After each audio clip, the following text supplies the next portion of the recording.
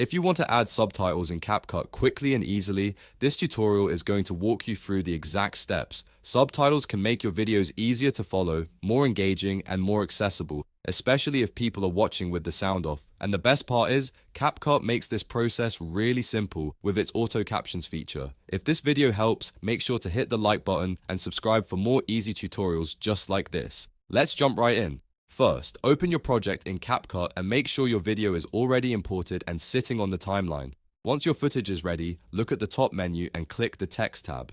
This is where CapCut keeps all of its text tools, including titles, captions, and subtitle options. After you click text, you'll see several choices appear. From there, select Auto Captions. This feature is designed to automatically listen to the audio in your video and turn the spoken words into subtitles for you.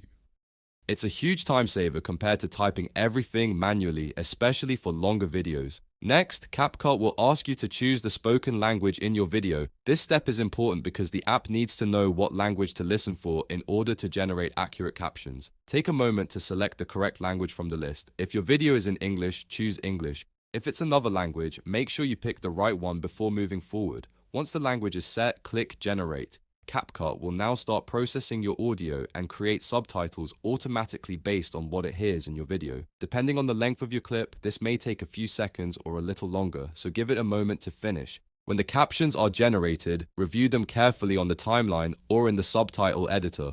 This is your chance to make any quick corrections, fix any words that were misheard, or adjust the timing if needed.